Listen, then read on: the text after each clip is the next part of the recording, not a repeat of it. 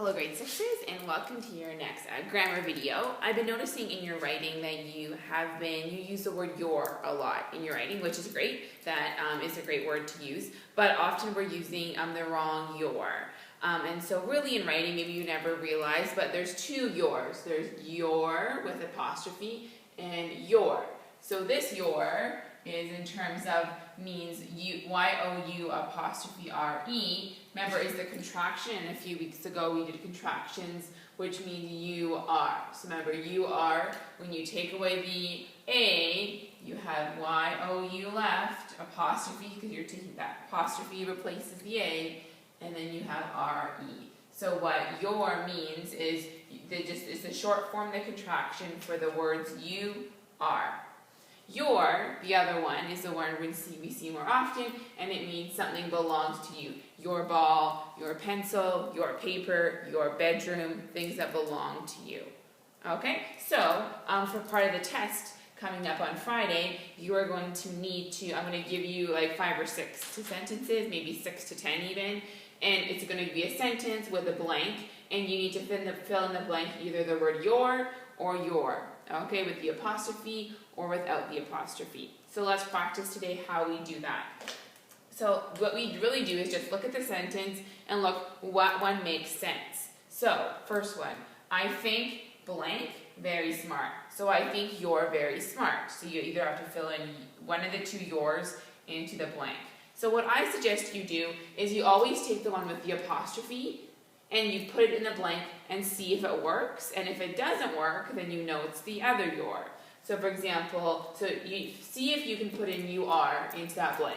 If you are would fit and they would make sense, then you know that you're using this your. If it doesn't make sense, you know that it's something that belongs to you and it's yours. So let's try that. Let's try the your with the apostrophe, with the contraction, putting it in the blank and seeing if it makes sense. The you are.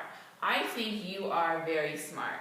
Yes, that makes sense. So that means it's this your, because this is the your that means you are.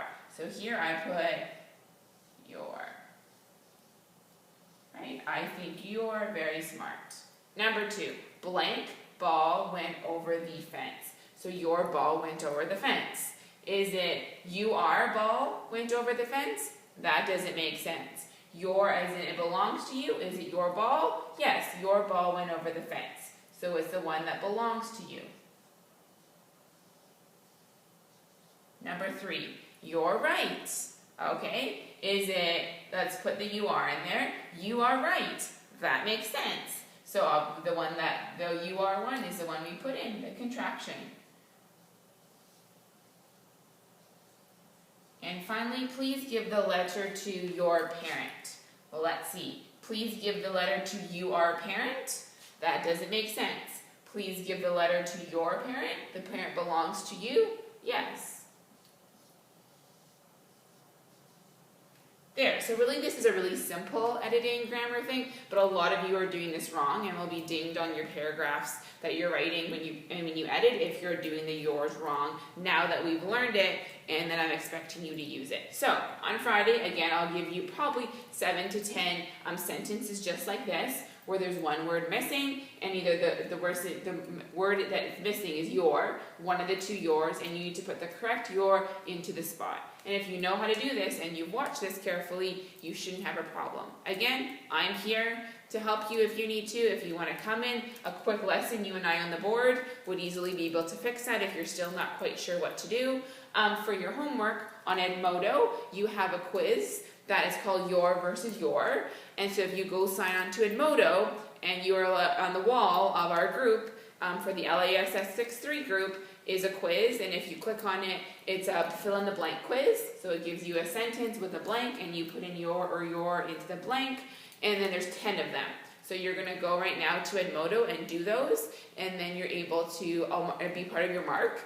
It'll mark it right there for you, how well you do. So I suggest maybe even taking, if you need to take a screenshot of this or write it down so that you have even these two especially, so that you have the definitions of the two if you're not quite sure to help you with that. So right now you're going to go to Edmodo and do that, and that's due by Friday.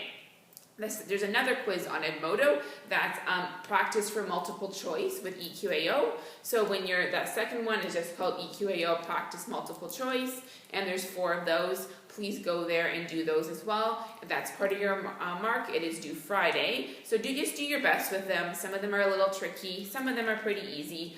There's just 4. Go and do those by Friday. So there's 2 Edmodo quizzes you need to have done by this Friday. So Friday's quiz is the your versus your. Also, for the bonus, to show that you've watched this, for Friday's quizzes, again, there'll be 6 to 10 sentences just like these, where you fill in the blank.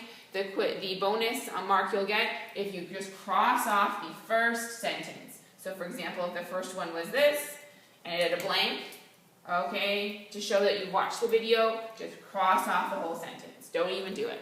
And if you do that, that will give you a bonus mark that you've done what you need to do, and then do the other ones, obviously, that are left. But that will be your bonus mark to show you watched this video on Friday's quiz if you just cross off the first one. Don't refer to it Friday, don't ask me about it. If you just do that, you will get your bonus mark. For those who haven't watched it, they're going to have to get an extra, they're going to do extra work and they won't get a bonus mark because I'm not counting the first question on Friday's quiz. Again, come see me if you need help. Otherwise, good luck with the homework.